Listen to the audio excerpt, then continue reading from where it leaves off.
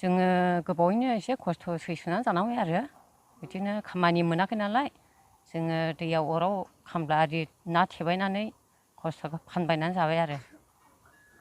आंनि मुङा अमरेन बसुमतारी, गामि मलानदुबि। 1 नम्बर बुरैजाहानिफ्राय जोंनि गोरिब गुन्द्राखौ नायनो थाखाय बेस्राफोर गावसिनि गोसो गोरबोजों दान होफैनाय जादों। जों बेखौ मोजाङै जादों। जों बेखौनो जा आजावना लानाय जाबाय आरो 1 नम्बर मलानदुबिया गोरिब गुन्द्रानो राननानै होफैदों। बेस्राफोर गावसिनि गिर्जानिफ्राय अननानै अनसुंथाइ होफैदों आरो बेखौनो जोंनि गामियाव मलानदुबि गामियाव 16 घर राननानै होफैनाय जाबाय आरो।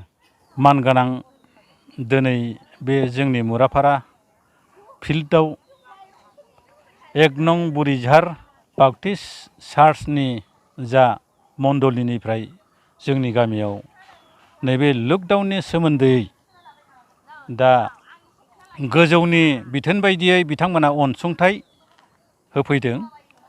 दा बेखौ जोङो माथो खालामबावनो, परिबेसा गाज्रि हिसाबै खामला दामला मावनो मोनैनि जाहोनाव जोबोद गोरिब गुन्द्राया दुखुथियाव गोलैनानै जोङो बे अनसुंथाइ होफैनायखौ बिथांमोननिसिम रोजा रोजा साबायखरसो जासिनो लुबैदों आरो। साबायखर बावबाय आङो।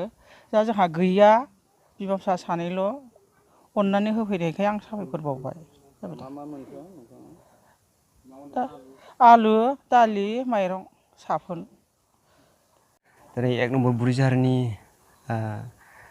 चार्चनिफ्राय दिनै माखासे गैयिफोरखौ जोङो सहाय होनो गोनां।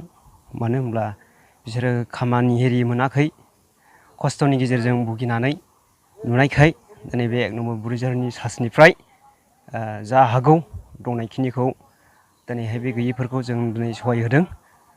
मानो होनब्ला बिसोरखौ दिनै सरकाराबो नुस' हाया, खोना हाया।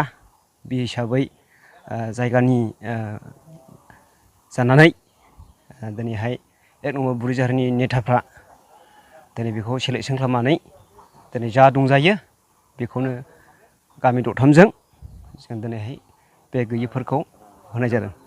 मलानदुबि, ओमफ्राय ओरै 2 नम्बर सालबारि गासागाव, ओमफ्राय मुराफारा, बेखिनिखौ। ओमफ्राय जोंनि 1 नम्बर बुरिझार। मा मा होनाय जादों? माइरं होनाय जादों, ओमफ्राय दालि, ओमफ्राय थाव।